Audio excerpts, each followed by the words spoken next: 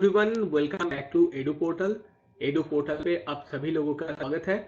मैं हूं शायन एंड इस वीडियो में हम लोग बात करने वाले हैं WBPSC का examination that is going to be held on 29th of November 2020 and that is for the recruitment of assistant engineer civil.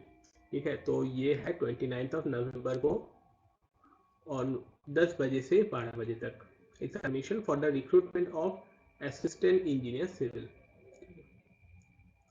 Assistant engineer civil का रिक्रूटमेंट एग्जामिनेशन है। तो ये एग्जाम बहुत ही इम्पोर्टेंट है और 2016 पे हुआ था। 2016 पे हुआ था एई सिविल का एग्जाम, एई सिविल का।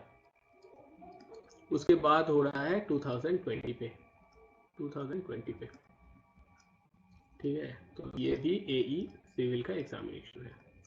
तो बहुत ही इम्पोर्टेंट है क्योंकि बहुत सारा स्टूडेंट इस एग्जाम के लिए वेट कर रहा है। सो competition will be tough. So to crack the examination we need proper preparation strategy. ठीक है, तो इस वीडियो में हम लोग बात करने वाले हैं regarding the last minute preparation strategy कि लास्ट मिनट में प्रिपरेशन स्ट्रेटेजी कैसा होना चाहिए so that we can attempt more questions correctly. ठीक है, so for that reason we need to analyze the paper. So here we will discuss regarding two papers that is 2019 का जो WBPSC का जो lecturer का एग्जाम हुआ था for polytechnic colleges, वो एक है और है WBPSC का जो 2016 का एई सिविल का पेपर है वो। तो ये दोनों पेपर हम लोग डिस्कस करने वाले हैं। ठीक है, तो paper analysis one is for polytechnic lecturer and one is for assistant engineer civil. ये दोनों हम डिस्कस करने वाले हैं। Why? Because these are the latest examination for WBPSC। ठीक है, WBPSC का ये जो है इसका क्वेश्चन जो है वो हम लोगों के पास शायद सबके पास ही है और ये क्वेश्चंस भी सबको मिला है शायद। तो जिसको भी नहीं मिला है वो कलेक्ट कर लो और क्योंकि प्रीवियस ईयर्स का क्वेश्चन करना जरूरी है। तो इस वीडियो में हम लोग डिस्कस करने वाले हैं regarding the important subjects and chapters where we need to focus. ठीक है, तो कौन सा चैप्टर्स पे हमको ज़्यादा फोकस करना है, कौन सा सब्जेक्ट पे हमको ज़्यादा फोकस करना है, वो हम इस वीडियो में डिस्कस करने वाले हैं। ठीक है, तो चलिए स्टार्ट करते हैं paper analysis. So before that we need to know why this analysis paper is important. क्यों इम्पोर्टेंट है पेपर एनालिसिस, तो देखते हैं। First is know the question paper pattern. Question paper का जो पैटर्न है वो जानना जरूरी है। किस तरीके का क्वेश्चन आता है, फैक्चुअल डेटा पूछता है या कॉन्सेप्चुअल क्वेश्चंस है या न्यूमेरिकल क्वेश्चंस है, ये हमको जानना जरूरी है। सेकेंडली, कौन सा सब्जेक्ट से ज़्यादा क्वेश्चन आता है, कौन सा सब्जेक्ट से ज़्यादा क्वेश्चन नहीं आता है, ये जानना जरूरी है so that we can make our plan accordingly. ठीक है, so for that reason we need to analyse the paper. Next is idea about the important chapter. तो आपको इम्पोर्टेंट सब्जेक्ट्स मिल गया। अभी एक सब्जेक्ट पे सभी चैप्टर्स इंपॉर्टेंट नहीं होता है from exam point of view. Knowledge के लिए सभी इंपॉर्टेंट होता है but from particular exam point of view all the chapters are not important. So for that reason after analysis the paper we need to know what are the important chapters. Important chapters कौन सा है, कहाँ से ज़्यादा frequently question पूछता है, वो जानना ज़रूरी है। उसके बाद है प्रैक्टिस इन राइट डायरेक्शन। देखिए, हार्ड वर्क तो हम सभी लोग करते हैं मगर जो हार्ड वर्क सही डायरेक्शन पे करते हैं वो सक्सेसफुल होता है। So for that reason we need to work hard in right direction. So for that reason we need to know that where should we focus. ठीक है, कहाँ पर ज़्यादा फोकस करना है ये हमको जानना ज़रूरी है। The next one is use your revision time effectively. Revision के लिए ज़्यादा टाइम नहीं मिलता है, सो रिविजन के लिए जितना भी टाइम मिलता है वो अगर हम इफेक्टिवली यूज करें so that will give good result. Then ultimately chance to attempt more question. So if we follow this it will help us to attempt more question. ठीक है, तो जो if we attempt more question correctly that will help to secure good rank in the examination. ठीक है, so for these are the reason why we need to analyze the paper. So after analysis of the two papers that I have already told, that is WBPSC 2019 and 16 का, we have divided the subjects into 3 category, ठीक है ठीक है। तो based on weightage, तो ये है particular exam point of view. तो ये जो कैटेगरी हम बता रहे हैं वो exam particular exam point of view, different exam के लिए ये डिफरेंट होगा, मगर वेटेज ज्यादा मतलब है वहां से ज्यादा क्वेश्चन आता है, वेटेज कम मतलब वहां से कम क्वेश्चन आता है। ये after the analysis of the trend we have divided the subjects into 3 categories. These are higher weighted subjects जहाँ से ज़्यादा क्वेश्चन आते हैं, लोअर मीडियम वेटेज यहाँ से मीडियम क्वेश्चन आते हैं, एंड लोअर वेटेज यहाँ से कम क्वेश्चन आते हैं। तो कौन सा सब्जेक्ट से कितना क्वेश्चन आते हैं that we will show in our next slide. So let's see. तो हायर वेटेज वाला सब्जेक्ट, सपोज इसको हम 3 स्टार दे रहे हैं, हायर वेटेज यहाँ पर है। तो कौन सा सब्जेक्ट है यहाँ पर है, फर्स्ट सॉइल मैकेनिक्स, बहुत ही इंपॉर्टेंट है। 2016 पे 18 क्वेश्चंस आए थे, 2019 पे 20 क्वेश्चंस, बहुत इंपॉर्टेंट है। Then BMC building material and construction, यहाँ पर 2016 पे आए थे 12, 2019 पे 14।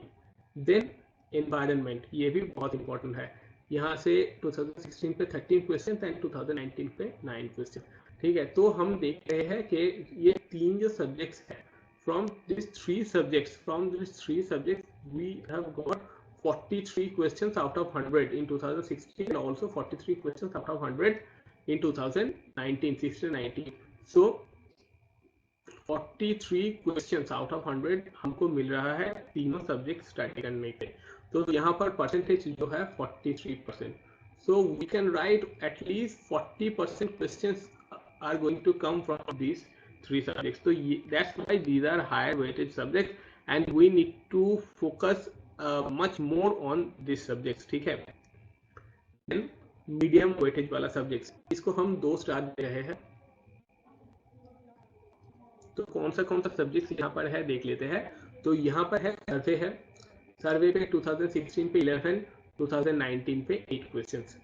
ट्रांसपोर्टेशन 2016 पे 10, 2019 पे 8। फ्लूइड मैकेनिक्स 2016 पे 13, 2019 पे 6। सॉलिड मैकेनिक्स 2016 पे 3, 2019 पे 8 क्वेश्चंस। एंड हाइड्रोलॉजी 2016 से 5 एंड 2019 पे 8, ठीक है। तो these are medium weightage subject. तो यहाँ पर 5 सब्जेक्ट्स है, तो यहाँ पर 5 सब्जेक्ट्स है, 5 सब्जेक्ट से क्वेश्चन कितना आ रहा है, 42 questions in 2016 and 38 question 2019. So on an average 40 questions, we can see on an average 40 questions out of 100 are coming from 5 subjects. So percentage is 40. तो यहाँ पर भी 40%, at least 40% of questions are coming from 5 subjects. तो ये है medium weightage वाला subject. And अभी है लोअर वेटेज वाला सब्जेक्ट जहाँ से ज्यादा क्वेश्चन नहीं पूछता है, वो है इरिगेशन, जहाँ पर 2016 पे 3 क्वेश्चन, 2019 पे 3 क्वेश्चन। आरसीसी 2016 पे 5, 2019 पे 5। यहाँ पर आरसीसी पे कोडल प्रोविजंस डायरेक्टली पूछते हैं। स्टील 2016 पे 1, 2019 पे 1। ये आईएस कोड से ज्यादा पूछता है, आईएस 456 से ज्यादा पूछता है। और स्टील पे आईएस 800 से ज्यादा क्वेश्चन पूछता है, डायरेक्टली कोडल प्रोविजन पूछता है। और स्टील पे वो जो स्लेंडरनेस रेशियो का टेबल है वो बहुत इंपॉर्टेंट है, ठीक है, वो एग्जाम पे तो बहुत बार पूछा जा चुका है। Then structural analysis 2 questions in 2016, 5 questions in 2019। Then CPMN part, that is construction management, 4 questions in 2016 and 5 questions in 2019. So these are the lower weighted subjects. तो यहाँ पर 5 subjects है, total 15 questions in 2016 and 19 questions in 2019 पूछा जा चुका है। So on an average 17 questions are coming out of 100 questions. तो ये है lower weighted वाला subjects। तो इसका percentage जो है वो है 17%, ठीक है। तो ये है सब्जेक्ट का division, high, lower and middle, ठीक है। Now last minute preparation strategy, ये क्या होता है। तो last minute, suppose you have exam day on D day exam है, ठीक है। तो एग्जाम डे की पहले कब से प्रिपरेशन और रिवीजन स्टार्ट करना है, ये हम बता रहे हैं जो ये है सपोज डी डे पे अगर एग्जाम है तो D-4 डे जो है D-4 डे, इस डे पे लोअर वेटेज वाला सब्जेक्ट स्टार्ट करो। उसके बाद D-3 डे, D-3 डे पे मीडियम वेटेज वाला subject, then D-2 day higher weightage वाला सब्जेक्ट स्टार्ट करो। उसके बाद D-1 day, so the day before examination, that is very important day. ये है बहुत इंपॉर्टेंट है, यहाँ पर रिलैक्स करो, ये सबसे इंपॉर्टेंट है। So and if you keep this day, so you can also focus on the areas where that you have not completed in these 3 days, ठीक है। तो इन तीनों दिन पे जो जहाँ का इस पोर्शन कंप्लीट नहीं हुआ है वो आप इस डे पे कंप्लीट कर सकते हो। So that's why this division, ठीक है। तो ऐसे स्ट्रेटेजी आप फॉलो कर सकते हैं, that's totally depends on you, ठीक है। तो स्टूडेंट का खुद का भी स्ट्रेटेजी होता है, बहुत स्टूडेंट का डिफरेंट स्ट्रेटेजी होता है। Strategy is from my personal opinion and from my guides opinion and from other toppers interview, I have made this division, ठीक है। So now these are the some do's and don'ts that you need to follow, that I believe that you should follow, not only for this exam, also for every examination. So first thing is new subjects. Please don't start reading new subjects. अगर आपको किसी subject नहीं पढ़ा हो तो छोड़ दो, don't start reading before the examination and don't start reading new chapters. अगर किसी सब्जेक्ट का कोई चैप्टर नहीं पढ़ा हुआ है तो छोड़ दो, वो नहीं जरूरी है, नहीं है एग्जाम के 2-3 दिन पहले वो चैप्टर पढ़ो, ठीक है। और न्यू कॉन्सेप्ट नहीं पढ़ना है, जो कॉन्सेप्ट पढ़ चुका हो उसी को रिवाइज करो।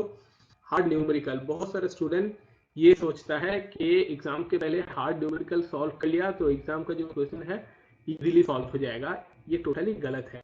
तो हार्ड न्यूमेरिकल मत करो, इससे क्या होता है एग्जाम कि during examination you will be confused to solve easy questions and आप गलती करोगे, that's sure।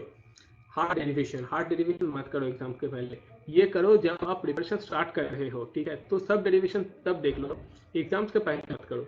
Then new notes, बहुत सारा स्टूडेंट ऐसा करता है कि सिलेबस कंप्लीट हो गया, उसके बाद एग्जाम के 2-3 दिन पहले एक न्यू नोट्स मिला उसको, ठीक है, न्यू कोचिंग सेंटर का, न्यू टीचर का, तो वो फिर से वो पढ़ना स्टार्ट करता है। तो मत करो, उससे क्या होता है जो नोट्स आप इतने दिन पढ़ चुके हो वही पढ़ो, तो ये न्यू नोट्स को मत पढ़ो। इंटायर सिलेबस, स्टूडेंट का और एक रॉन्ग अप्रोच होता है, 2-3 दिन पहले वो सोचता है कि आज से हम स्टार्ट करेंगे, टोटल सिलेबस कंप्लीट करेंगे एग्जाम के पहले, so that we can solve all the question. This is totally wrong, you will not be able to answer a single question if you do that. Then new numericals मत करो, new numerical जो numerical कर चुके हो वही करो, new numerical मत start करो, it will increase your confusion. And discussion about other person preparation, other person कितना प्रिपेयर किया है ये डिस्कशन मत करो, इसका इतना प्रिपरेशन हुआ है, उसका प्रिपरेशन अच्छा है, उसका बुरा है, ये करने का कुछ फायदा नहीं है।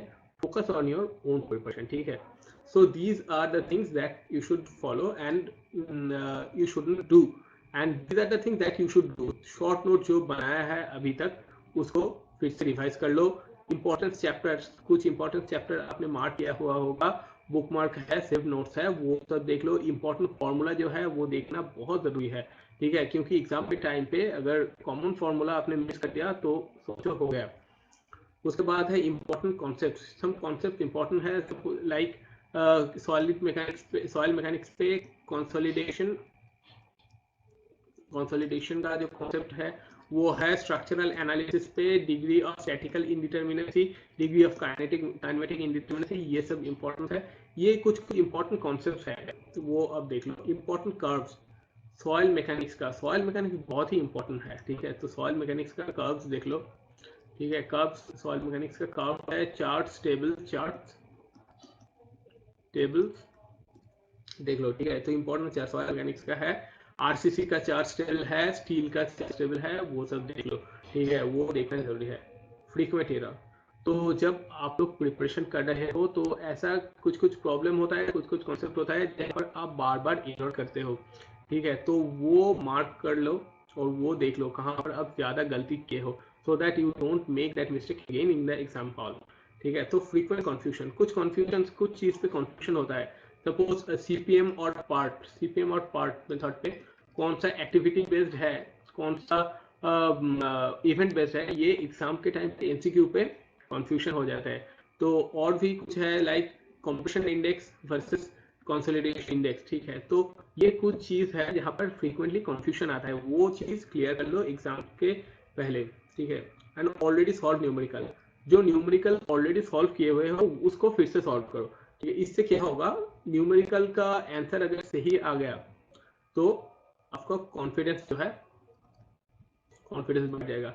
If you do new numericals and if suppose your answers are not coming correctly, then that will be very bad for you. ठीक है, so that's why I'm telling don't solve new numerical, solve the already solved numerical, जो already solve कर चुके हो, जिसका answer solution आपको पता है, वही सॉल्व करो फिर से। ठीक है, इससे कॉन्फिडेंस बढ़ेगा और you can freely go to the exam hall. ठीक है, and meditation, this is very important, meditation करना जरूरी है एग्जाम का। the day before the exam, do meditation. It will increase your focus, increase your attention, and you will be able to solve the questions that you have already done in your preparation. ठीक है, अगर exam का day पे आपका focus अच्छा नहीं रहा तो आपको प्रिपरेशन जितना भी अच्छा हो, यू विल मेक एरर। ठीक है, so meditate, that will increase your focus and attention. ठीक है, तो ये वीडियो आज के यहीं तक खत्म करते हैं। ठीक है, तो I hope you have enjoyed the video, और अगर आपको अच्छी लगी है तो वीडियो लाइक एंड शेयर करना, and don't forget to subscribe to our YouTube channel. ठीक है, तो best of luck for your examination, have a nice day, good bye.